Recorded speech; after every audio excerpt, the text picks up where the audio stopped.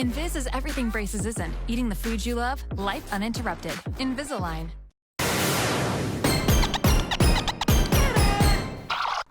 Hard work is not a problem for Gustavo Martinez. He works hard here on the track and really hard in the classroom. He has incentive to be the first person in his family to go to college. My desire to, I guess, educate myself as much as I can comes from the fact that my grandparents, from my mother's side, my mother wanted to become a teacher, but her parents didn't really support her and said that if she did become a teacher, that she would be dead in their eyes, and that education wasn't something that women should pursue. And I think from a very young age, she always instilled in me that idea that education opens the doors to as many opportunities as I could take advantage of.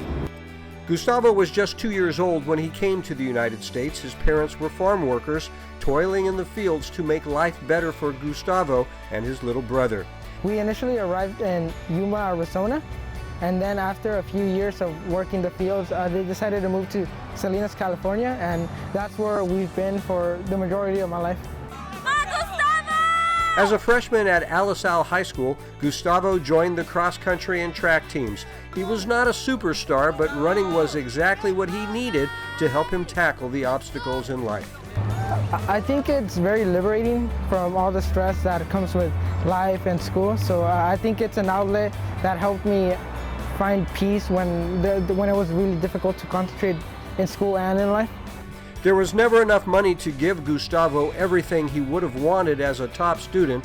He did what he could, but when there was a tough choice, oftentimes Gustavo had to do without. I think in general it puts a lot of barriers. There's a lot of opportunities that we're not able to take because of financial reasons.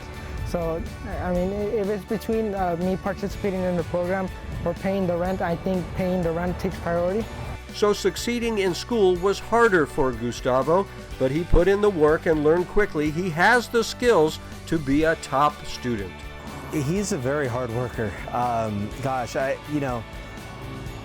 When I had him as a student as well, his sophomore year, and always asking relevant questions, always wanting to learn more, and he was already kind of smart before he entered the class, but he always wanted to do more and learn more. I don't think I've necessarily struggled too much with the material in any of my classes, but when I do struggle with some material, I know that my parents have worked very hard in life and in their jobs to get where they are and to get me where I am. So I follow that same mindset that, nothing's impossible if I just set my mind to it.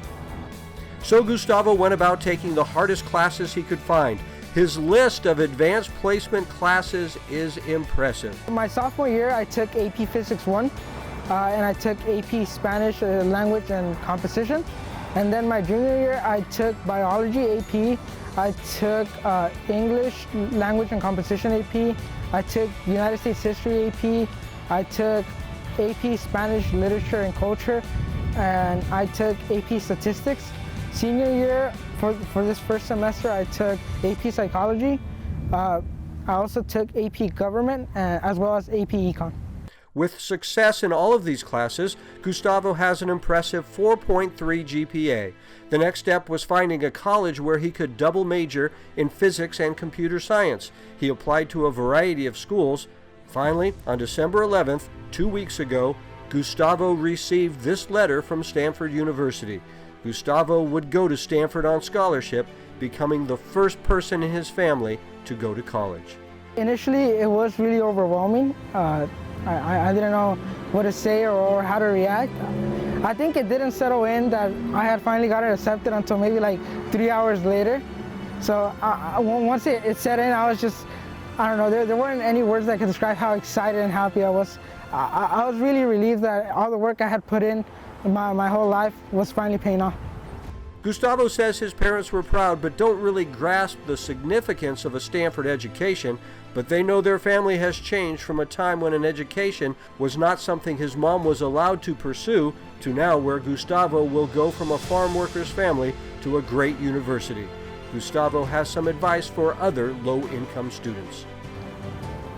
I think The one thing I would tell them is that to never set their expectations low, to always expect the best from themselves.